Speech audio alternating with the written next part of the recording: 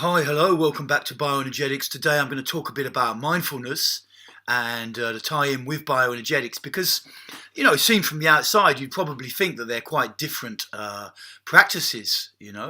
Mindfulness, often you're just sitting, maybe in a kind of meditation pose, or otherwise just sitting on a chair, and you're just breathing and you're feeling what's going on inside and not paying attention too much to the stories in your mind. And in bioenergetics, often you're in quite a stress position and breathing deep and feeling your body. It might look physically quite different, and you might also be going into feelings quite strongly. Something's coming out in some of the practices, this kind of thing. So from the outside, I could understand someone looking, a little bit just how things look. Bioenergetics and mindfulness look very different. But if you understand the underlying kind of theory, so to speak, behind each of these, you'll see they're very, very similar with one slight difference. And that in mindfulness, what you're trying to do is allow your attention to settle into the body and feel, and not give too much attention to the stories. Mindfulness is often used now in the UK by the NHS to treat, for example, anxiety.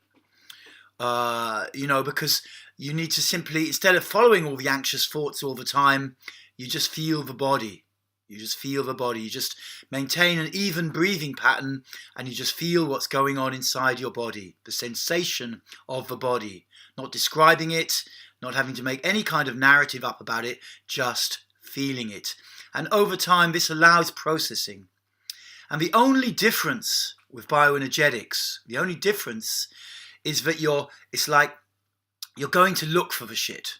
It's a little more confrontational. It's a little more for people who say, okay, yeah, I could sit and wait for the stuff to come, but actually I'm going to go and look at it. I'm going to show my, the repressed stuff that I've got inside, but I'm not just in fear, or that a part of me is not in fear.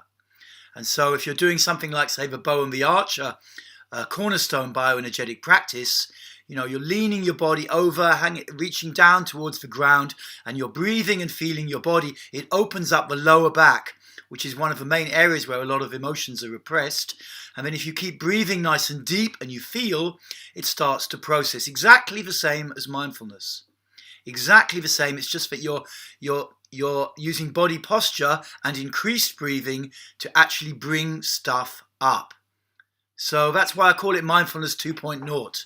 Mindfulness 2.0 for people who want to process, who want to move deeper through feeling the body, expanding the range of feeling in the body, but they don't want to wait so much. And there can be value in waiting. There can be value in just practicing straight mindfulness, because sometimes with anxiety in particular, you want to keep doing something, and it can be beneficial to just practice sometimes straight mindfulness, simply sitting and feeling and not following your mind's urge to do stuff. But nevertheless, also for a lot of the time, it's good to open the body a bit more deeply, so that that you can really speed up this processing.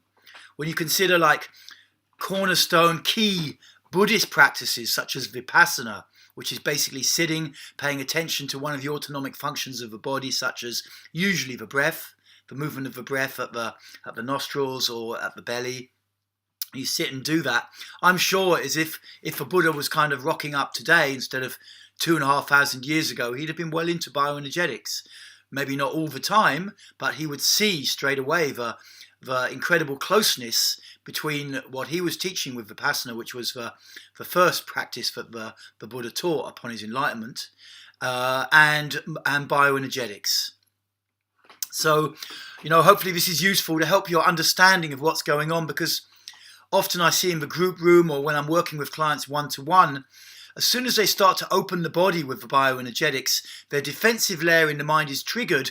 And the bottom line is, what I'm feeling is wrong. And, it goes into a long histrionic saga sometimes about the feeling inside and how terrible it is and blah, blah, blah. And this practice is wrong, projecting things outside, all the learned behaviors that the mind has developed over time.